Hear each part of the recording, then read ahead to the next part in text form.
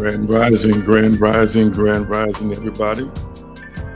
Welcome to Revolution Sundays with yours truly, A.G. Green. What a blessing it is to be with you all once again, streaming live from my home into wherever it is you're watching me. Text, share, and text, share, and tag. Let people know that we are streaming and we are live. We have some wonderful things to share with you on today. Text, share, and text, share, and tag. Text, share, and text, share, and tag. And since we are on YouTube today, you can share this link with anyone and they will have access to it. What a wonderful privilege it is to be here with you on today, waiting on others to connect and to join in. Again, so thankful and so grateful for you on this particular day. We reach out to some people within our tribe and let them know we're on YouTube today. On YouTube. Yes, it's time to vibe with our tribe. Greetings to our resident Mr. Wesley Kirk and others who are chiming in right now. In the meantime, we can pray.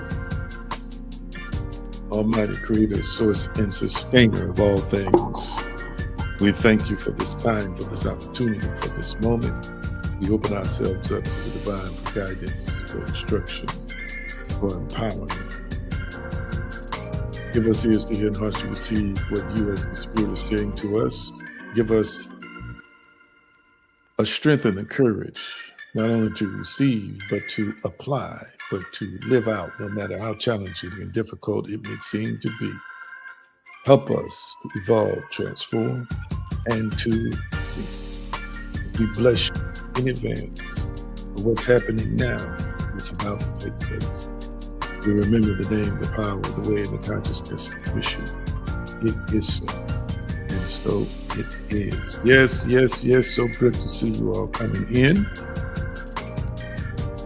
It's time to vibe with our tribe. Again, tag, share, all those wonderful things that we do. Visit theaggreen.com and don't forget our spiritual community right now is patreon.com/aggreen now. That's the URL address. If you're not a member, you should stop by. We have wonderful content that we produce every single week. We got some new stuff that I'm loading for you right now. And of course, you can follow us on various social media channels that you see listed in the scrolling ticker at the bottom of the screen. So glad to see you on this particular day. Again, it's a blessing, always a blessing, always an honor, always a privilege to be with our tribe.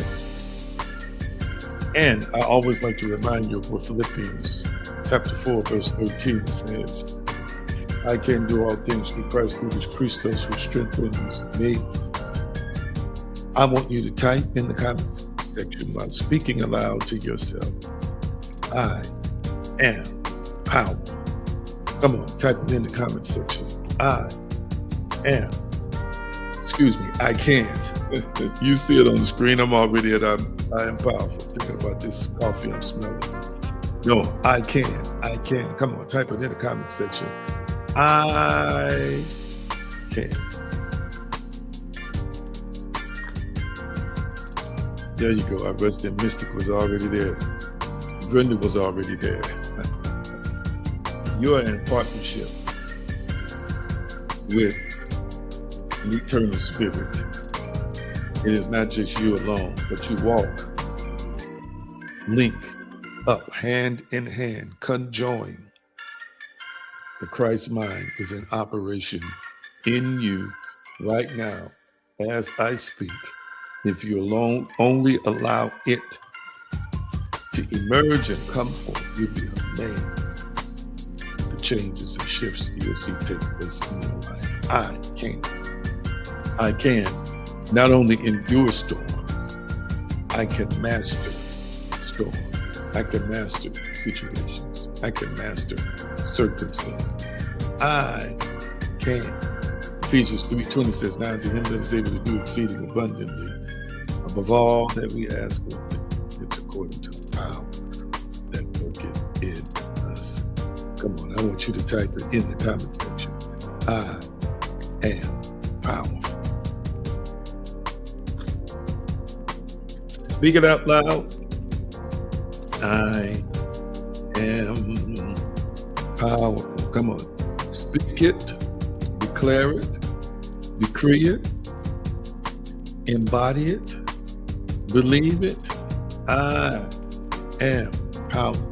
There is a power that worketh in you that pre-existed physical form. There's a power that worketh in you that will continue to be after you exit this body. And you are one with that power. Come on, type it in the comment section. I am powerful. I am powerful. What a beautiful thing it is to know the power, embrace the power. Yeah. I am powerful. That's it. Type it in the comment section. I am powerful. Yes. Yes, walk with an awareness of the power you are and the power that you possess. Indeed, I am powerful. Oh, what a blessing. What an honor. What a privilege it is to know that you know that you know that you are a dynamic, powerful, spiritual being, and powerful with permission of the Creator, of the Source, of the Sustainer, of God. What a wonderful thing it is. Get empowered spiritually by going to divinespeciesshop.com. That's divinespeciesshop.com. My books are there, other spiritual aids to help you on your journey. That's it. I am powerful.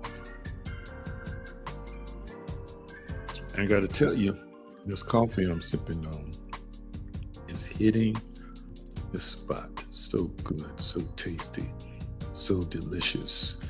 Now I need to check in with y'all. Real quickly.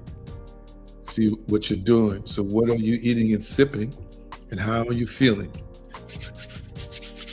What are you eating and sipping, and how are you feeling?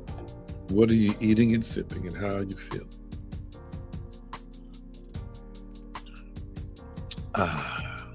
What are you eating and sipping? How are you feeling? I've got some nice coffee with creamer. I don't know what kind. It might be French vanilla and agave sweetener. It is delicious. Delicious. But what are you eating and sipping, and how are you feeling?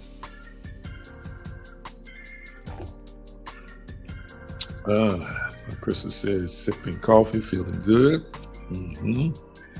Anybody else? What are you eating and sipping, and how are you feeling? I feel good as well. I feel good as well. Anybody else? What are you eating and sipping? How are you feeling?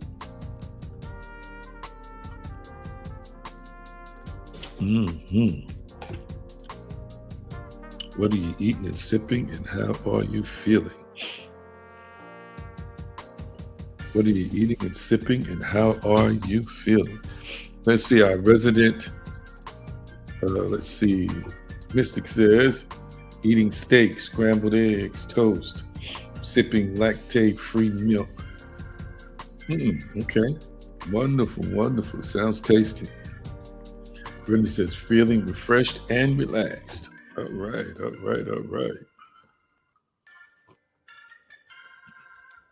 Thank you all so much for sharing what you're eating and sipping and how you are feeling in the moment. It is a blessing to be able to imbibe any food and at the same time express how you are feeling in the moment. Getting ready to get to the teaching, some teaching on today. Going to get right to it, and hopefully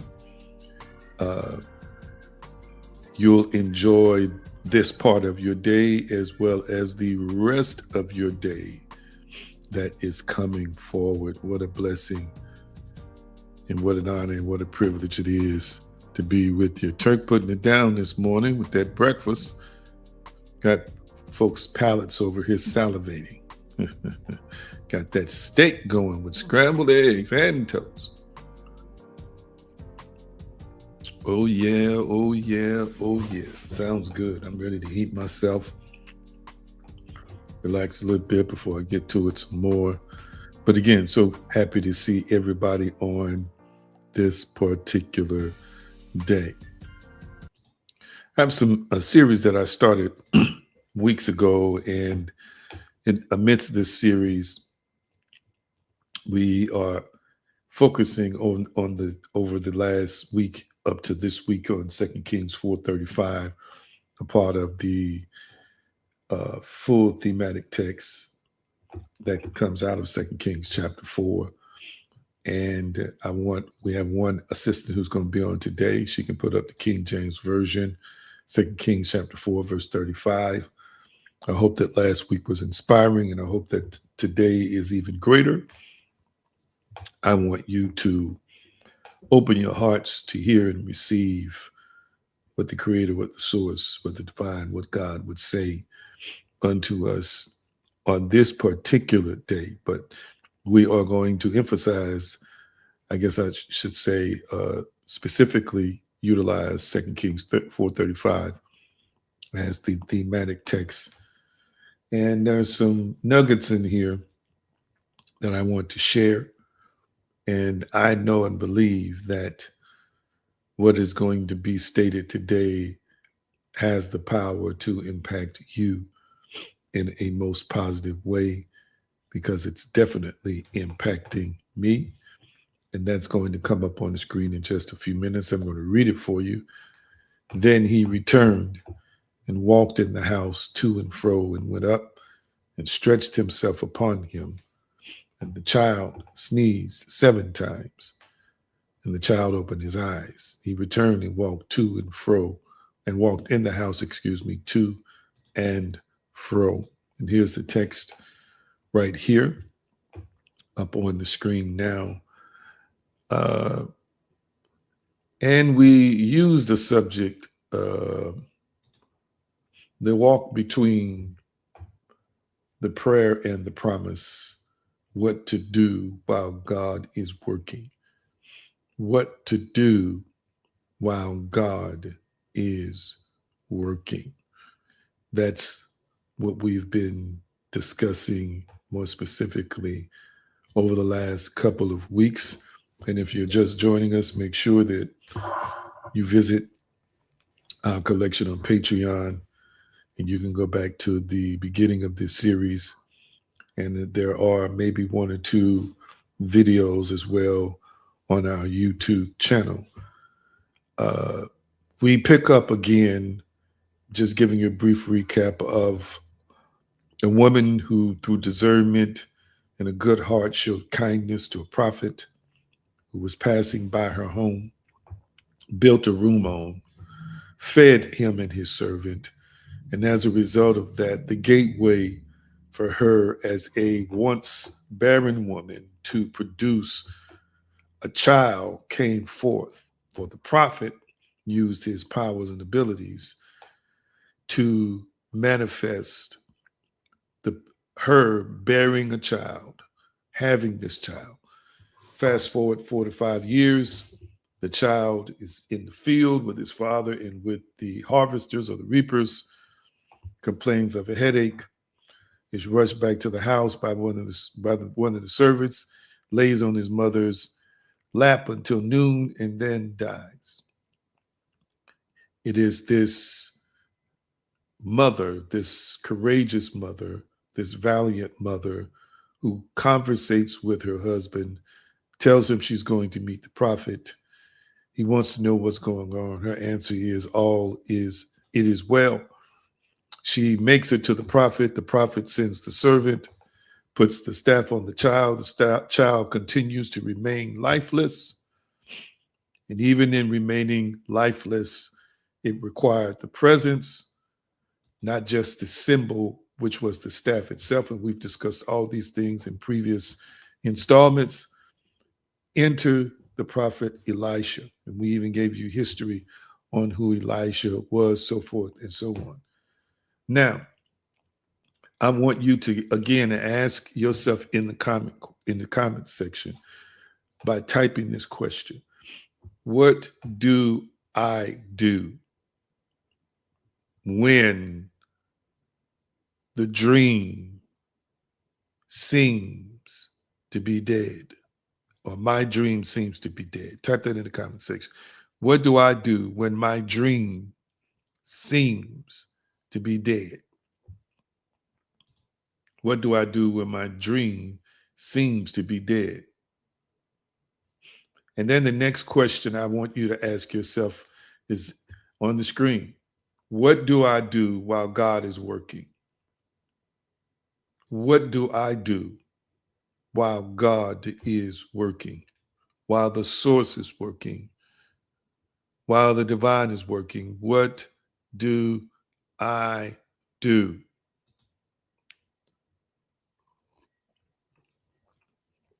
What do I do? This is the question. This is the question. When the dream seems to be dead, what do I do? And when God, the source, the creator, the divine is working, what do I do? What do I do? It stood out to me that the prophet was walking to and fro, backwards and forwards, pacing in the room after he had stretched out over this child, eye to eye, mouth to mouth. We covered all of that and symbolism behind that. Yet the child grows warm, but there is no reviving of the child. There is no, I don't want to say resuscitation, it's more like resurrection. The child is still lifeless. Its body temperature has elevated, but it's still not breathing. And again, this child represents something this mother and father have wanted for years. This child represents a vision of hope, a dream. This child represents an answer to prayer. This child represents everything that these two wonderful adults, his mother and father, loved about life, all wrapped up into him. Many times as we walk this path, as we are on this journey, family, I want you to know that we will be inspired with dreams, inspired with visions, inspired with desire.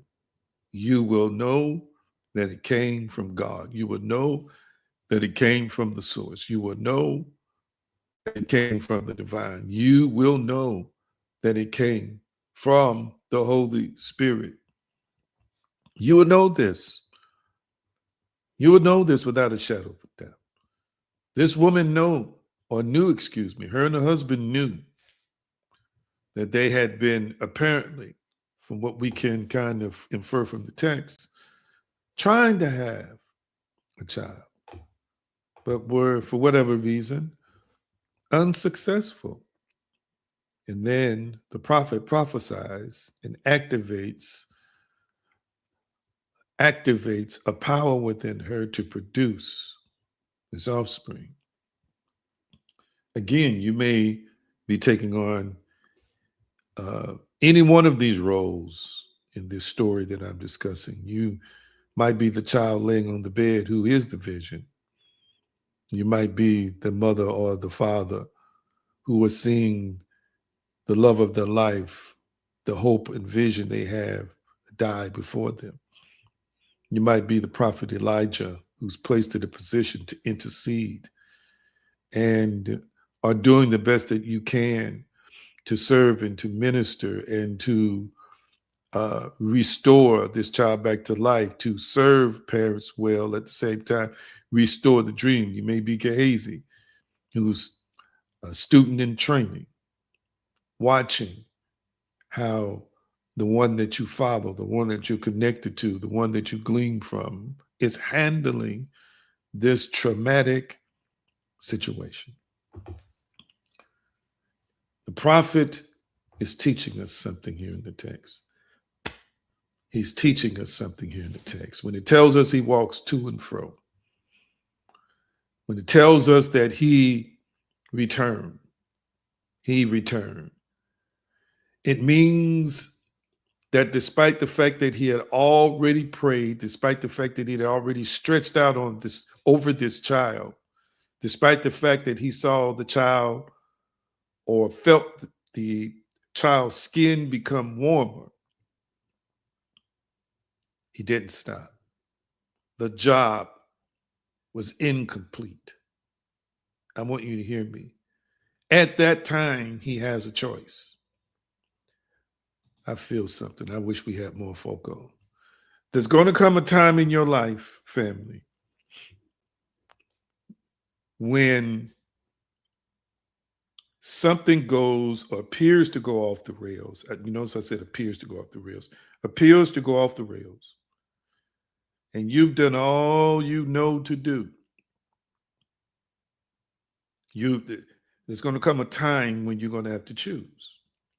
Do I continue or do I quit? The prophet could have been at a crossroads. I don't think quitting ever really seriously came to this prophet's mind, but that prophet, like the rest of us, has the power of choice. He didn't have to continue to try. He could have quit. You know what he could have done? He could have done like these modern day religious folk do. He could have said, well, it must not be God's will. He could have said, well, the Lord just loaned him to you for 5 years. Be thankful and grateful. I've done all I can. He's in the hands of God now, and apparently the Lord knows best. He could have said all that stuff. But this prophet didn't quit. This prophet kept going. I said to you last week what returning requires. It requires hope. It requires expectation. His return required perseverance. I want you to type that in the comment section. The word perseverance. Perseverance. Type that in the comment section. It's a big word. It's a big word. Perseverance is a big word, family. It's a very big word. Perseverance is a big word. It's a word many times we don't like. It's a word many times we try and shun. It's a word many times people try and skirt around. As a matter of fact, I want somebody to help me teach this lesson by going onto the internet and finding the definition of perseverance and paste it in the comment section. And I'm going to put it up on the screen. Yes, I could have done it myself, but you're going to participate this morning. Put the definition up for me in the comment section. I'm going to put it up on the screen. His returning said that he persevered. I said this to you last week.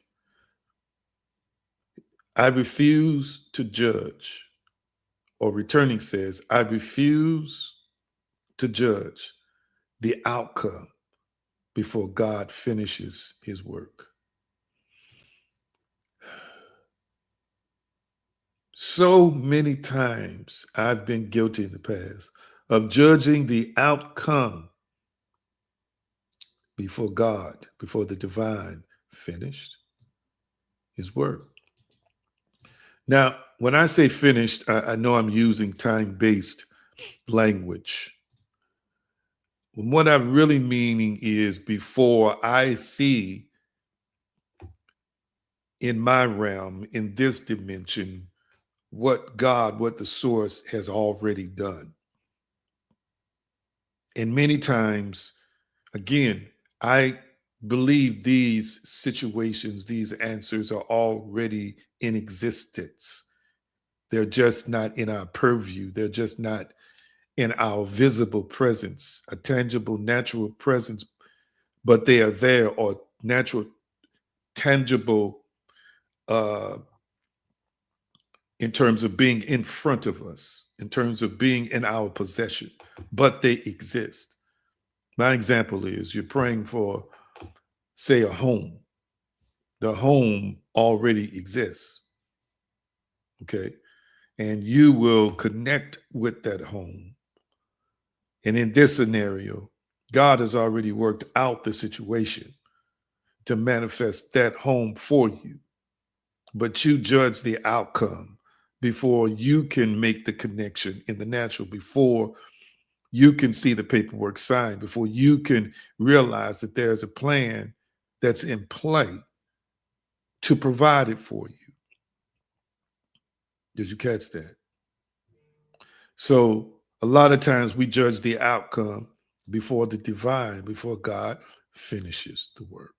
Definition of perseverance is the steadfast, continued effort to do or achieve something despite difficulties, delays, failure, or opposition. What a powerful definition. I'm going to read it again. The steadfast, continued effort to do or achieve something despite difficulties, delays, failure, or opposition. You see that? Difficulties, all of it is self-explanatory. Most people can't handle the difficulties. I paraphrase that. Many can't handle the difficulties. They definitely can't handle the delays. And too many failures, or even people even feeling like there's opposition, knocks another demographic of people out of the way. We must persevere. I want you to type in the comment section, I must persevere. There is a promise in you of greatness, and greatness doesn't necessarily mean fame and fortune. It's not what I'm talking about. Greatness could mean living a life of high level fulfillment. Greatness could mean impacting your family in a powerful, positive way. Greatness could mean being a model example of what it means to be godly, or what it means to be loving and caring and supportive. Greatness, the promise of abundance, the promise of fulfillment, the promise of love, the promise of happiness, the potential for all these things are in you and handed to you. But we must persevere. Everybody on here could probably say they've tried to quit 1,000 times. It's natural. It's natural. Luke 18 talks about the parable of the persistent widow who kept approaching that unjust judge until he got tired of her and gave her what she wanted. We move on to what Yeshua talks about in Matthew 7, ask, seek, and knock. In the Greek, these verbs carry a continuous sense, saying that we need to keep asking. We need to keep seeking. We need to keep knocking. Asking is not begging. Okay, I'm going to say it again. Asking is not begging. Asking is not begging. Asking is knowing that you have a right to access, and you do it in faith, in boldness, in confidence. We must keep seeking. We must keep knocking. Faith is not about believing once. Faith is about continual alignment. Sometimes you ask the first 10 times, you didn't know how to ask. Sometimes your ask was a beg, and that's why you didn't get it. I want you to catch this. I want you to catch this.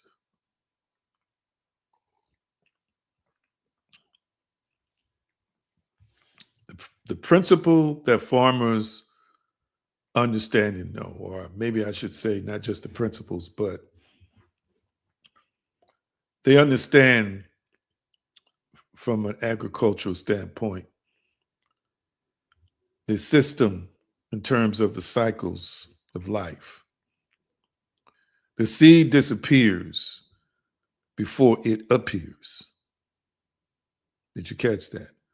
If you walk right now by a field 1 week after you planted a seed, 1 week, did you hear me? This is in my notes. These notes have been here for weeks. 1 week after you planted a seed, you would conclude nothing is happening. Nothing is happening 1 week later. But underneath the surface, family, the seed coat or the coat of the seed is softening. Then water enters. Enzymes in the seed activate. Stored nutrients in the seed, and that's affecting the seed, awakens. The embryo of the seed expands. Roots emerge before shoots. And the first work of growth is downward, not upward. Did you catch that? The hidden system develops before the visible one. I was driving recently past a building development, or the development of a building, the construction of a building. And this building looked different than some of the regular office suites and other places. You want to know what made this building look different in the area that I was in versus other construction projects like houses and things like that? It had a very, very, very, very, very, there was a very, very, very deep, it was surrounded by concrete, deep hole that went deep into the ground. Very deep into the ground. You know what that told me from watching construction, from observing construction processes? That was going to be a taller building than the other buildings I saw around it. Because if you live in a metropolitan area, you don't have to live in one. You can just Google it. Watch them build skyscrapers. Notice that skyscrapers are built first, they go downward. That foundation goes deep, deep, deep into the ground before they start building up. So typically, the deeper the building is below ground, the higher it is above ground. I want you to catch that. The biggest trees have the deepest roots. That's why it's so hard to uproot them. Those big trees you see in forests, it's difficult. Even after they cut them down, they have to use special equipment to uproot it. You know why? That tree cannot stand and it cannot survive if it doesn't have deep roots that stretch and span several feet beneath the ground to help stabilize it. And of course, nourish it. But more importantly, in this conversation, to stabilize it, to make sure it stands upward. There are a lot of things we underestimate because we keep looking through the natural for results and don't understand that in the dark places inwardly, the dark places represents what cannot be seen by the natural that exists inside of us. Something is happening. Something is happening. Yeshua pointed to a mystery of the development of the seed. He says the kingdom of God is as if a man would scatter seed on the ground, and he goes on to say the seed sprouts and grows, and he doesn't know how. That's Mark 4:26 through 27. Well, we know better now. There wasn't the technology, at least in that era, that could explain it. But we know now what's happening beneath the soil, beneath the ground. So it is as we pray today. Growth is occurring, whether the farmer can explain it or not. And I'm saying to you, growth is occurring in you and with you, whether you can explain it or not. The Creator, God, our source, may already be developing roots no one else can see. Oh my goodness. Did you hear what I said? And I'm going to ask you this question. This is what I want you to see, and this is what I want you to understand. When I'm watching tsunamis, hurricanes come in from the water, usually in the southern portion, where they come in from the east too and from the west, but the southern portion, like off the coast of Florida, and of course we got out east too. But when I'm looking at those videos from news sources online, has anybody ever watched a video and watched palm trees, or mainly palm trees, but many of these trees swaying in the wind? I mean, the wind is over 100 miles per hour and the tree is just bending. Has anybody seen that? Has anybody seen that before, like on a news report or something like that? If you've seen that image, and I have numerous times, it tells us how strong the root system is. It is a tribute to how rooted and grounded the tree is. The old folks taught us to be rooted and grounded in the word. We must be rooted and grounded in truth. We must be rooted and grounded in faith, so that when a wind starts blowing, if a storm shows up in your life, you'll bend, but you won't break. I want you to type this in the comments section. I may bend, but I'm not going to break. Type that in the comments section. I may bend, but I am not going to break. There's a difference between bending and breaking. Hear me. Stop being so hard on yourself. Bending is a part of the process of having a strong root system and having opposition hit you. Be thankful that you didn't break. There are people who have had psychotic breaks, dare I say, spiritual breaks. And when that happens, it's more difficult for them to recover and be restored, but you're still here. One of the most important discoveries in modern psychology is that people often quit immediately before meaningful progress becomes visible. Psychologist Angela Duckworth calls sustained perseverance toward long-term goals grit. Type this in the comment section, that word grit, G-R-I-T, in the comment section. Type that in the comment section. She did decades and decades and decades of research on this. And her research demonstrated that grit consistently predicts achievement across education, military training, athletics, and professional success.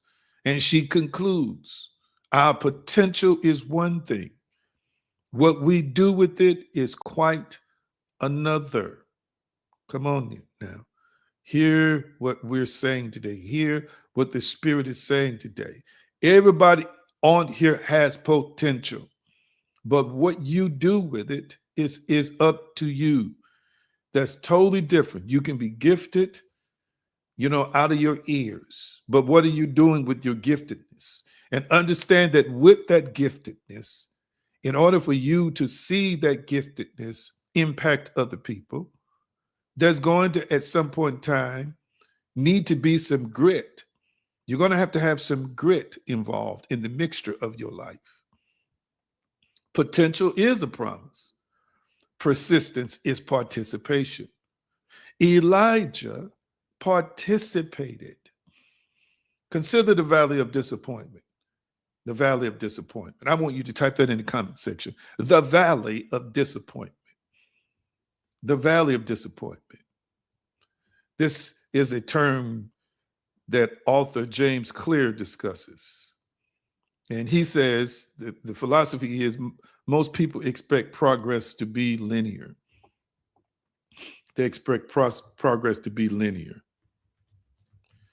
And linear basically means something that is done in, I've used this as an example, a straight line. It resembles a straight line. It resembles a straight line. That's what linear is. But I want you to understand the reality is different. It's different. Improvement often remains invisible for long periods of time before suddenly becoming obvious. Sadly, people abandon the process because they cannot yet measure the transformation. I'm going to ask a question. How many dreams have died? Not because they were impossible, but because someone stopped walking. Someone stopped walking. Did you hear what I said? In the valley of disappointment, there's a temptation to stop walking. In the valley of disappointment, there's a temptation to just say, what's the use in it all? In the valley of disappointment, in the absence of grit, there is a greater proclivity to quit. There's a powerful, powerful Stoic philosophy based around continuing. Epictetus taught that while we cannot control outcomes, we can control our responses. I want you to type this in the comment section. I always get to control my response. Type that in the comment section. I always get to control or have control of my responses. How you respond, family, is up to you. I don't care what people say. I don't care what people do. You choose how to respond. I choose how to respond. What Epictetus is discussing harmonizes beautifully with this text. The Shunammite woman could not command resurrection herself. Elisha could not manufacture life. What they controlled was faithfulness, purposeful action, continued dependence upon God, the source, the creator. Like Aristotle argued, the character is formed through repeated action. Therefore, family, excellence is not an event, it is a habit. Faithfulness works the same way. Faithfulness, family, is not an event, it is a habit. I want you to type that in the comment section. Faithfulness is not an event, it is a habit. Faithfulness is not an event, it is a habit. Now, if you spend enough time with me, you're going to see that I'm going to do some things consistently every single day. Every single day. Because if there's one thing I understand in the development of good habits, you must be consistent. You must be persistent. Period. Shaping the mind, transforming the mind, renewing the mind requires a faithful, consistent process, a faithful, consistent addressing of the inner you, of your cogitations, your mental circulations, It requires consistency. You can't be slack. You can't take it lightly. It must be done consistently and seriously, because faithfulness is not just an event, it's a habit. Even in biology, what I'm talking about is preached. And I mentioned this last week, how scientists describe four overlapping phases as it comes to wound healing. There's first hemostasis, secondly, inflammation, thirdly, proliferation, and lastly, remodeling. And again, this is helping us to understand that no wound closes instantly. Now, again, we believe in quantum leaping. We believe in instant manifestation of things. That's not what I'm talking about. In a normal situation where there is no supernatural influence, there's a process for healing. And the process has to take place. And guess where the healing begins? Microscopically. So, microscopically means you need a microscope to see it. Hear me. There are things happening in us right now that's good. And I will use this illustratively to say it is good, and it exists on a microscopic level. It exists on a microscopic level, which means that if you don't have the right equipment, you can't see it, and you may not even be able to feel it. Catch this. Catch this. I want you to hear what I'm saying today. This healing begins microscopically. Cells communicate through chemical signaling. Fibroblasts rebuild tissue. Collagen reorganizes. Blood vessels regenerate. Long before the scar looks healed, long before the scar even forms, it's already begun. The body has already begun to work. Likewise is our emotional being. Yes, we're a spiritual being. Yes, our identity may already be undergoing reconstruction, but you can't abandon the process. You can't abandon the process, and do not abandon the process because you cannot yet see the scar disappearing. Hear what I'm saying today. Family, if you have a scar, it means you're healed. You're healing. And if there are remnants of a scar, that means that that place is already healed. Oh my goodness. I need y'all to catch what I'm saying today. The text tells us the child was laying there on that bed, and the prophet family is walking to and fro. The prophet is walking to and fro. I'm going to say it again. The prophet is walking to and fro. There are going to be times in our lives where the only thing we can do in the interim is walk to and fro. There are going to be times in our lives where the only thing we can do is, when we see finances laying on that bed, when we see a family laying on that bed, when we see our mental state that needs to be healed, that feels like it's dead, laying on that bed, when it looks like a dream and a vision that we know God gave us, is laying on that bed, you got to do like the prophet. You got to keep praying. You got to have some grit.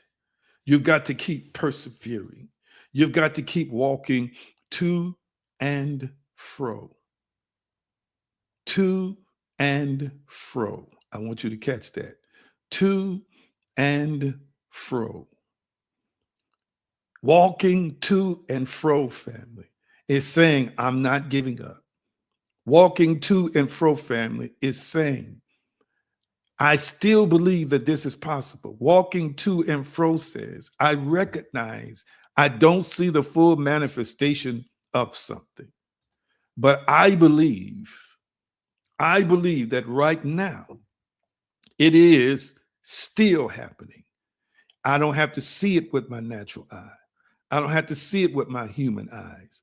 I know and I recognize that something supernatural is taking place. And again, just like that seed is planted that I talked about, it develops beneath soil and eventually, family, produces a wonderful, wonderful offshoot that turns into a plant. And if it's a tree, eventually turns into a tree. But what you do right now, family, what you do right now in terms of prayer, what you do right now in terms of what some might call the waiting period, is going to determine what happens next. How are you walking? Where are you walking? The Bible says, the text says, he never left the room. He never left the room. There are a litany of people that history records who kept walking. Abraham Lincoln kept walking. He kept walking despite business failure. He kept walking despite election defeats. Did you know that Abraham Lincoln struggled with depression? Yes, but he kept walking. He had personal tragedy, death of children, the death of his wife, but he kept walking. He continued studying, practicing law, and serving, and he kept walking. Colonel Harlan Sanders, before building a global franchise we know as KFC, he worked as a farmhand, railroad worker, insurance salesman, and service station operator. Catch this, all them different jobs. His famous restaurant venture did not emerge until later in his life. There's one saying, I believe, that he was turned down by 100 banks, one story I read, but he kept traveling. He kept presenting. He kept believing. I've talked about J.K. Rowling, who wrote the series of books that were turned into movies, a trilogy of movies that became very, very, very, very, very, very, very, very popular. A series of movies, the Harry Potter movies, is what she's responsible for. And she was rejected by publishers. She lived in financial hardship, but she kept writing. She kept revising. She kept dreaming. Now millions of people know her work. But success was preceded by unseen perseverance. I don't know where we get off that we don't have to persevere despite how powerful we are. There's some things even in the shaping and the molding to align with who and what we are that's going to present challenges in our lives. Stephen Jobs, y'all know I've talked about him extensively. He was dismissed from the company he co-founded, but he didn't quit. He built a new company called NEXT and helped transform a company called Pixar. The apparent ending became preparation to an even greater return. Again, this is a young man who was given up at birth, was adopted by a wonderful family who couldn't even afford to send him to college. Y'all know the story of some of y'all about Oprah Winfrey. Came up in poverty, rejection, sexually abused, was told that she was unsuitable for television, but she kept growing, she kept learning, she kept serving. Y'all know in the scripture, Paul made tents. He was a tent maker. Acts 18 tells us he worked with Aquila and Priscilla because they shared the same trade. Think about that, family. This man, who's known in scripture as an apostle, wrote a large portion of the New Testament, worked. But his occupation did not diminish his calling. It supported it. Sometimes the job you wish you could leave, sometimes the job you wish you could leave is financing the ministry or the business that the source is preparing. Sometimes your tent making season is not a distraction.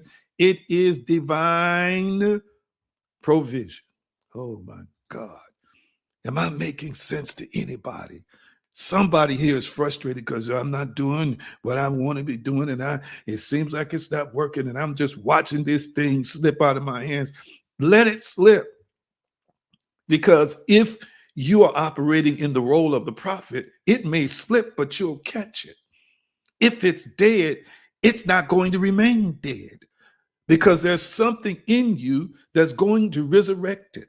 There's a power in you. There's a presence in you. There's an assignment that's on you, that whatever it is that was given to you by God, given to you by the source, it cannot remain dead. This prophet inspires me because I know he had to have some thoughts in his heart and his mind while he's walking to and fro, but he keeps walking and he keeps praying. Let me say this. This is not fancy. This is not, doing critical, exegetical analysis. But I just want to just encourage you. Sometimes you just have to keep praying, meditating, and talking to yourself, talking to the God that's in you, talking to the creator that's a part of you. Come on here, somebody. Sometimes you just simply have to stay in the room. I want you to type this in the comment section. I can't leave the room yet. Type this in the comment section. I can't leave the room yet. Oh, goodness. I can't leave the room yet. Ooh, my goodness. Let me look at my time. I can't leave the room yet. We are so tempted to leave the room. The text tells us the prophet walked to and fro, but he did not leave the room. Hear me. The room, there's something working in the room that you're in right now in your life. Hear what I'm saying today. I just heard the Spirit say the room is the womb. Oh my goodness. The room is the womb. Did you catch what I just said? I'm going to say it again. The room is the womb. I want you to hear me. The room is the womb. There is something that's being created. There's something that's being developed. There's something, a new life, a new character, a new identity, a new tenacity. Come on now. A new forging that's happening in you, but you got to stay in the room. Hear me, hear me. The prophet refused to leave the room because there was something developing in his spiritual womb. And there was something developing, watch this, in the child itself. He knew that once that skin started heating up, once the body temperature went from cold to warm, it's working. I cannot stop now. Hear what I'm saying today. When you go from zero, even if you go from zero to $50 a week or $100 a week, even if you go from zero to something financially, that's not a reason to quit. That's not a reason to throw your hands up and walk away. It's saying that your finances are just warming up. But if you stay in the room and don't leave the room, hear what I'm saying today. If you continue to use your power in that same room and go to and fro, he went back and forward to the child, continuing to speak, continually to decree, continuing, that is to release his essence, his power, the presence that he carried. Come on now. He continued to do that despite the fact that the child was still laying in that same position. And because of his repeated attempts, because of his grit, because of his determination, because of his persistence, because of his faithfulness in staying in that room and staying with his assignment. Come on now. And continually to look that dream, that vision in the face of those children, of those parents, at the same time, a vision and a dream that literally, in my opinion, came out of him on behalf of this couple. The book says the child sneezed 7 times. 7 times. Why is this recorded? Why is this recorded? First of all, every sneeze involves forceful expulsion of air. In other words, the same breath that had ceased now moves again. Oh, my goodness, my goodness. It's showing us that life is active. It's showing us that respiration has returned. The ancient Hebrews closely associated breath with life because the word ruach means breath, wind, spirit. In other words, this is a sign that the spirit of this child, due to the intense commitment to the process from the prophet had now returned. Genesis tells us that humanity lives because God breathes life into Adam. That's the Genesis account. Ezekiel's vision of the dry bones reaches completion only when breath enters them. Yeshua breathes upon his disciples in John 20. Breath symbolizes divine life, and the sneeze becomes a sign that life is fully or truly, I should say, returned. I want you to type it in the comment section. I'm never going to be embarrassed because I sneezed. I want you to type this in the comment section. I'm not going to be embarrassed because I sneezed. Catch what I'm saying today. Some of y'all don't realize it, but you're sneezing uncontrollably right now, and you're frustrated. Hear what I'm saying today. But look at your journey. Look at your journey. You came from nothing. You came from death, watch this, and to just having a warm body temperature. You move from a warm body temperature now into sneezing. Don't be discouraged if you're sneezing, and don't be discouraged if you prayed for something. It's not up walking around yet. It's not doing cartwheels and flips. Come on now. It's not running up and down the street. Hear me. It may not be making you millions of dollars, but it's still sneezing. Oh my God, your finances may be sneezing. It may not be doing everything in the moment that you are manifesting or believing or praying for it to do, but at least it's sneezing. The sneezing, watch this, you transition from dead money. Catch what I'm saying today. You transition from dead finances. You transition from no relationship or abusive relationships to one that warmed up to now one that's sneezing. I need you to catch what I'm saying today. Do you see the phases that's happening in your life? Hey, my God, I feel something here. What is the Spirit trying to say to you today? You're discouraged because it's not at the ending stage.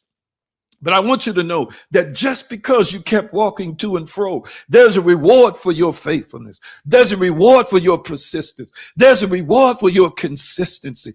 I'm telling you right now that God is trying to send a message to somebody. You may be the prophet speaking. You may be the child laying on the bed. You may be the parents hovering in the other room who require the miracle. You may be Gehazi the servant, but watch this. Everybody gets to witness the miracle. Everybody gets to be a part of the miracle. But hear what I'm saying today. Do not despise the fact that something is sneezing. Oh, well, it's better, but I wish I had this. No. You're telling me that it's sneezing. And it didn't just sneeze, Linda Nelson. It sneezed, he sneezed 7 times. 7 times. If you read the book, Genesis to Revelation, you know that there's an affinity for the number 7 there. 7 days of creation, 7 lamps or lampstands, 7 feasts, 7 priests walked around Jericho, 7 churches, 7 seals. Hear what I'm saying today. In biblical text, 7 represents completion. It represents wholeness. It represents covenant fulfillment. Catch this. The child does not merely breathe once. Life is restored completely. And then, only then, family, does his eyes open. And I want you to hear what I'm saying today. That sneezing initiated a cycle of completeness. Hear me real clearly. I'm going to say it again. That sneeze indicated an induction of a cycle toward completeness. Without the sneezing, we don't get the child awakening. Without the sneezing, we don't get the child being fully restored. Catch what I'm saying today. Could it be that the sneeze is cleaning out your system? Could it be that the sneeze is regulating your spirit, soul, and body? Could it be that the sneeze is just aligning itself now with the next greater version of you? Could it be that the sneeze is clearing out the cobwebs, it's clearing out the cogs in the wheel, it's clearing out that which has disrupted your system? Hear what I'm saying today. I know you might think you're sick because you're sneezing. I know you might think you're not quite yourself because you're sneezing. And that may be true. But understand this. Sneezing is a sign that the miracle is about to drop. The miracle is about to emerge. The miracle is already taking place. But you're about to see the fulfillment of the restoration of the promises in your life. Catch this. The child was warm. The child had movement. The child started breathing. The child started sneezing. Hear me. Then the child had vision, meaning that the child can now see. Transformation precedes perception. Catch this. I'm going to say it again. Transformation precedes perception. A lot of folk are asking God, they're asking the source to open my eyes. But perhaps the source, perhaps God first says, let me restore your life. Sometimes we cannot perceive new realities because we are still living from old wounds. Catch this, catch this, catch this. God is working everything out inside this child, spiritually, supernaturally, dynamically. Things are taking place inside this child first before it can see. Hear me. I want you to recognize that healing now changes perception. Catch this. Healing changes perception. Did you catch what I just said? I'm going to say it one more again. Healing changes perception. I want to go back to a point I just made. Your eyes cannot be open until your life is first restored.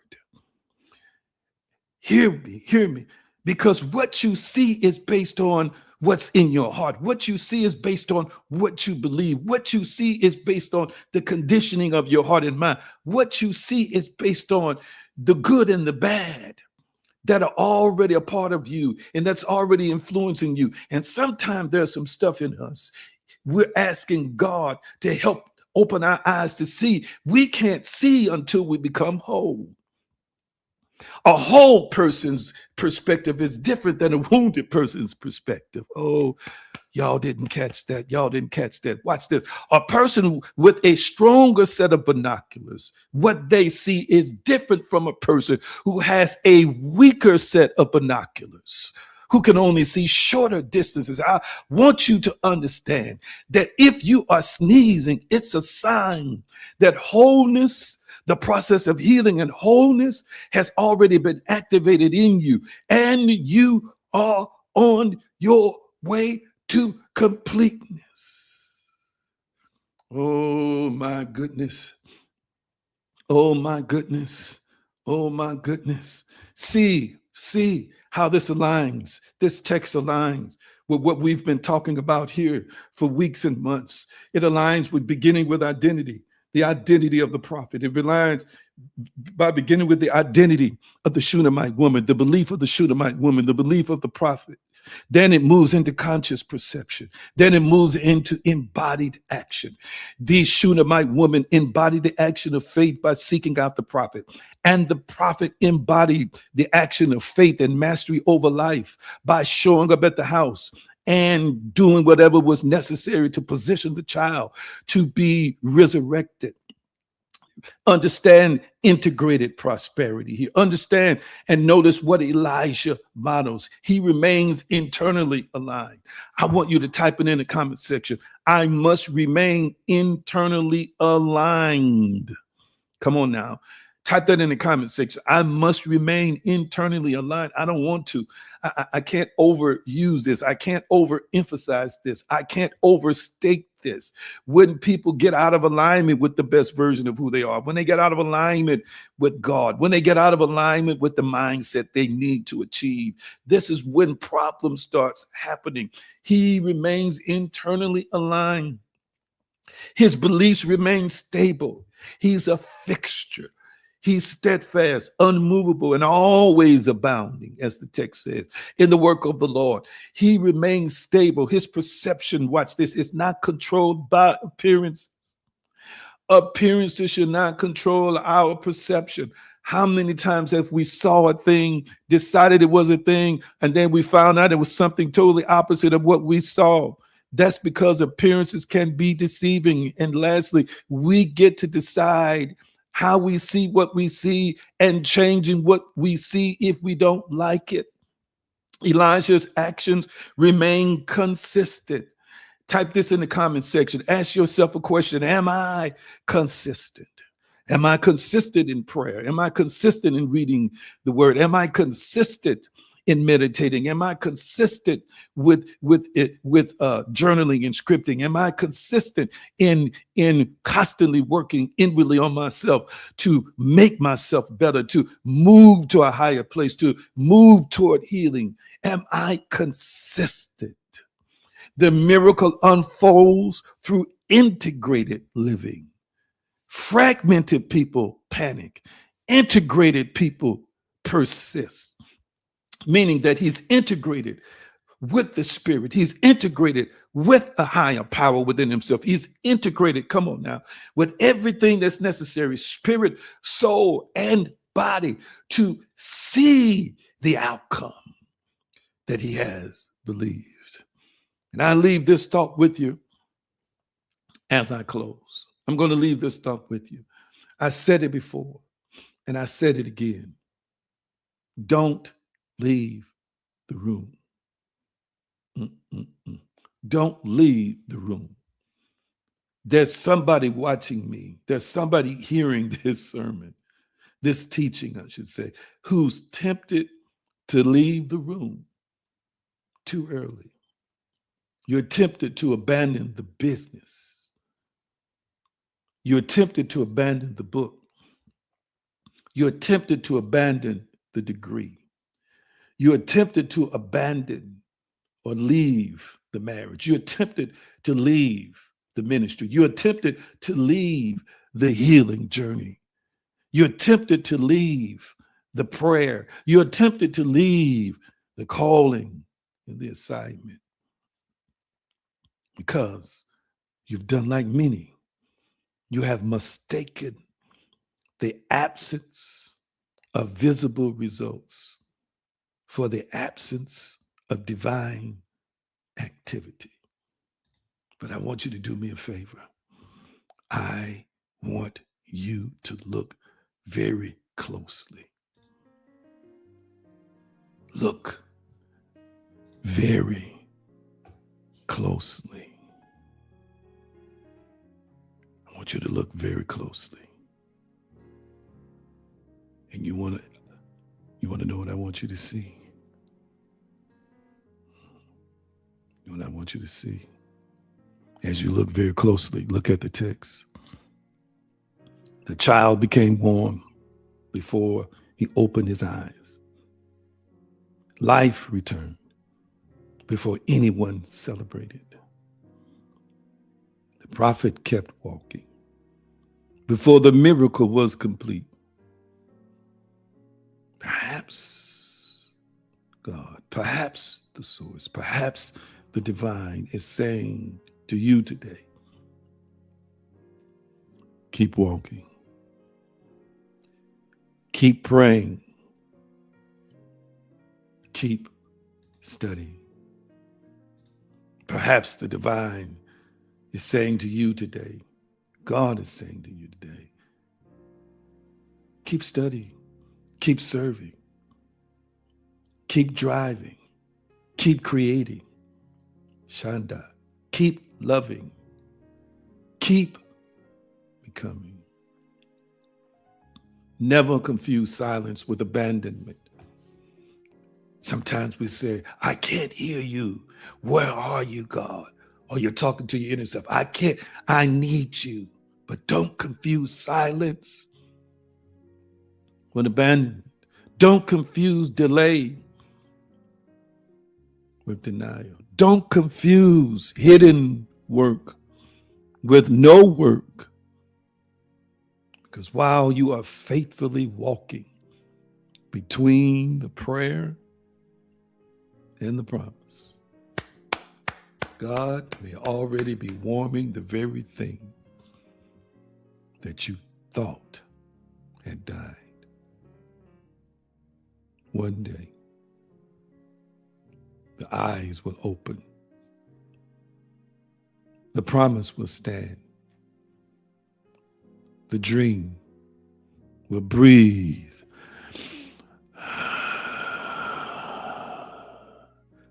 Again.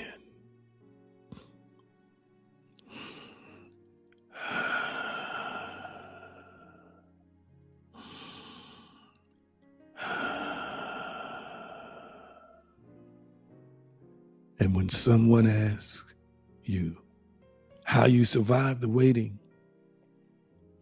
your testimony will not simply be, I prayed. It will be, I prayed and kept walking.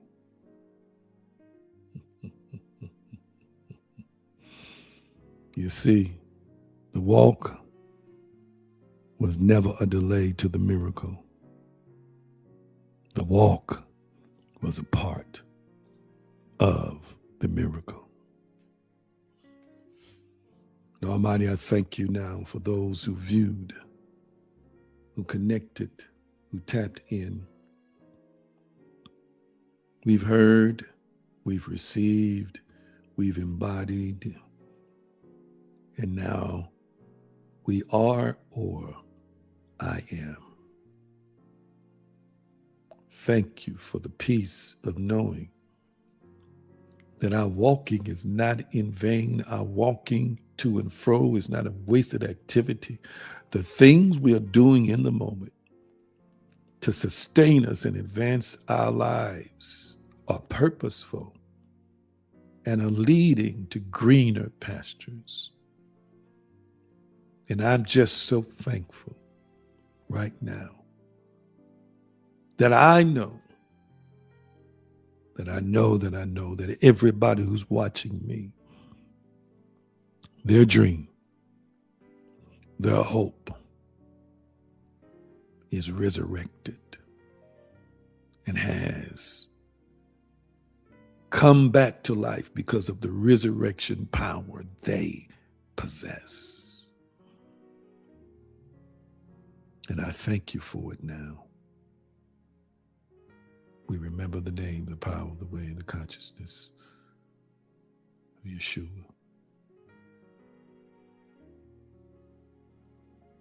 Ashe, Ashe, it is so. And so it is. Talk back to me, family.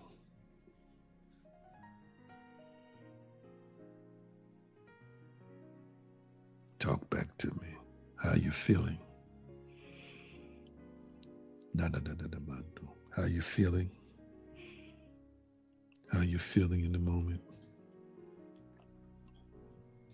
Talk to me, talk to me, talk to me.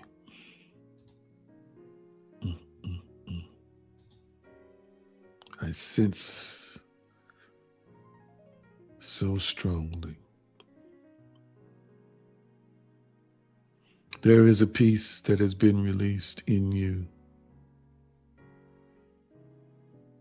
to overtake chaos and confusion, to overtake sadness and despair. There is a power that you possess that's saying to you,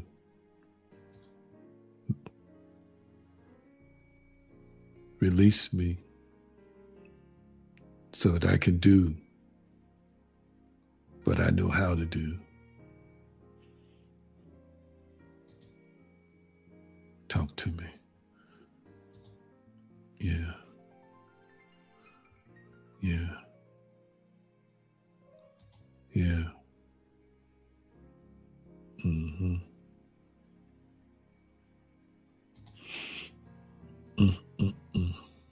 feel it. I sense it.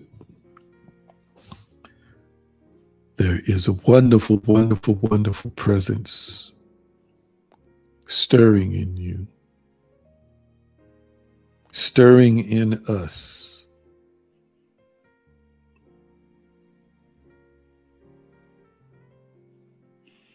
Stirring in us.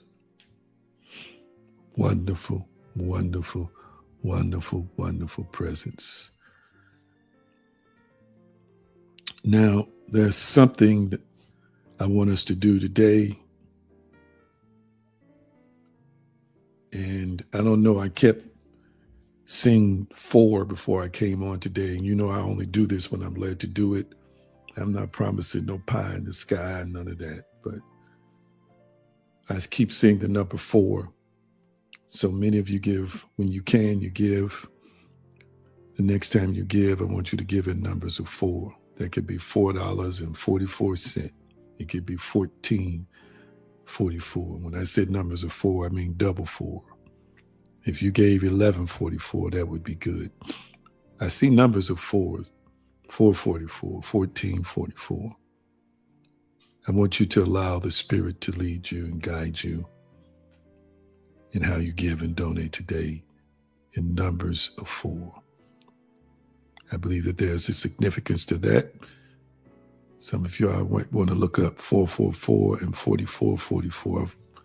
I've got them around here. I have an idea what it means, but I kept seeing 4s. I've been saying it for years, but attached to what I would ask today in love for you to give.